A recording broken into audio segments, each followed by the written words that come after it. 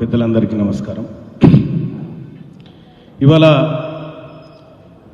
కల్వకుంట్ల చంద్రశేఖరరావు గారు వరంగల్లో పర్యటన చేస్తూ వరంగల్ని అద్దాల తునుక లెక్క మార్చినట్టుగా ఆయన రోడ్ షోలలో షోలు చేసిపోయిండు. ఇక్కడ ఉన్నటువంటి జర్నలిస్టు సోదరులను నేను అడుగుతా ఉన్నా, మీకేదో జర్నలిస్ట్ కాలనీ ఏదో అన్నాడు అప్పట్లో, ఎట్లుండాలి ఏం కథ, మీ పిల్లలు అలానే చదువుకోవాలి అని చెప్పిండు. ఒక్క మాటలో చెప్పాలంటే హైదరాబాదును తలదనే నగరంగా వరంగల్ను మారుస్తా అని పదే పదే చెప్పిండు అప్పట్లో కేసీఆర్ గారు. నిజంగా ఇవాళ హైదరాబాద్ ఎట్లా ఉంది, వరంగల్ ఎట్లా ఉంది నేను చెప్పాల్సిన పని లేదు. ఇక కేసీఆర్ గారు పార్టీ బీఆర్ఎస్ పార్టీ కంప్లీట్గా ఖతమైపోతా ఉంది, రాష్ట్రంలో కనుమరుగైపోతా ఉంది.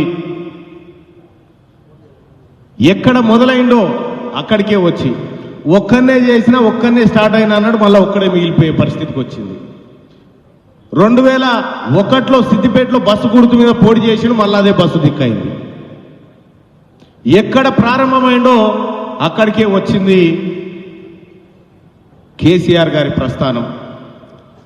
వరంగల్కు ఇవాళ 912 కుట్లు తెలంగాణ ఉద్యమంలో కలెక్టరేట్ ముట్టడిలో జరిగినటువంటి పోరాటంలో 912 కుట్లు పడ్డటువంటి ఆ బిడ్డ వచ్చి ఇప్పుడు కాంగ్రెస్ పార్టీలో చేరిండు. ఎక్కడున్నారో దయచేసి ఒకసారి లేస్తే 912 కుట్లు పడ్డాయి ఆ శరీరానికి. తెలంగాణ ఉద్యమకారుడు వచ్చి ఇవాళ కాంగ్రెస్ పార్టీలో చేరి కాంగ్రెస్ పార్టీ మాత్రమే రక్ష తెలంగాణకు అండ అని చెప్పి భావిస్తా ఉన్నారు కాబట్టి చేరిరు. నీ వెంట ఉద్యమకారులు లేరు, వెళ్ళిపోయారు కేసీఆర్. నీ వెంట అసలు ఉద్యమకారులే లేరు. కేసీఆర్ గారు బీఆర్ఎస్ పార్టీ పరిస్థితి దింపుడు గల్లెం కాడు ఉంది. ఇప్పుడు ఎక్కడ ఓ సీట్ వచ్చేది లేదు, ఎక్కడ ఓ సీటు గెలిచేది లేదు.